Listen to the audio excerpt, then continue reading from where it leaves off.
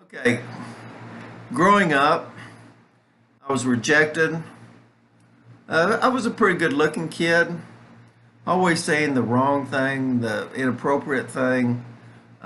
Never, never was accepted. I remember being in the seventh grade. I was going to Wayside Middle High School, and I got invited to a party, and I was so excited, and I got in there, and it was one of the most boring parties I've ever been to. I sat on the floor.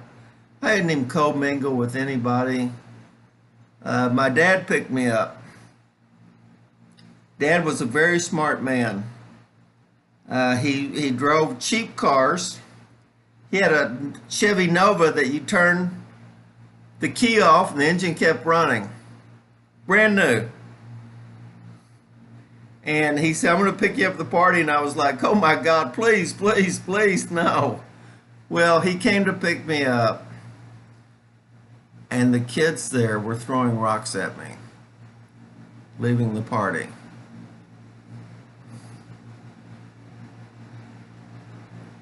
And Dad said, "Greg, son, what's going on there?" And I said, "Dad, they're just playing a joke. Quit it. You know, they've been doing that to everybody." "Okay, son."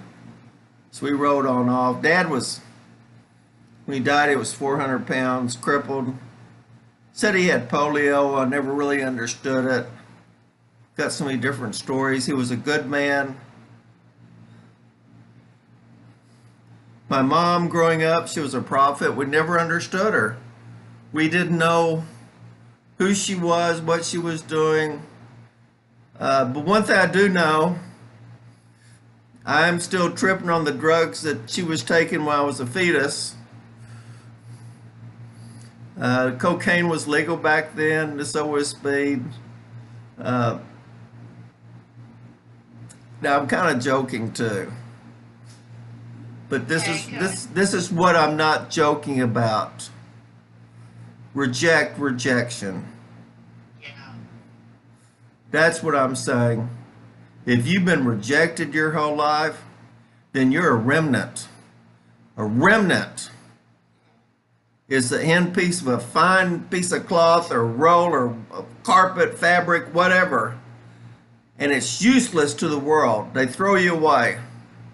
And God looks down, Yahweh looks down and says, "I can use that remnant." So I think there's a lot of remnants out there today. And you need to accept that word.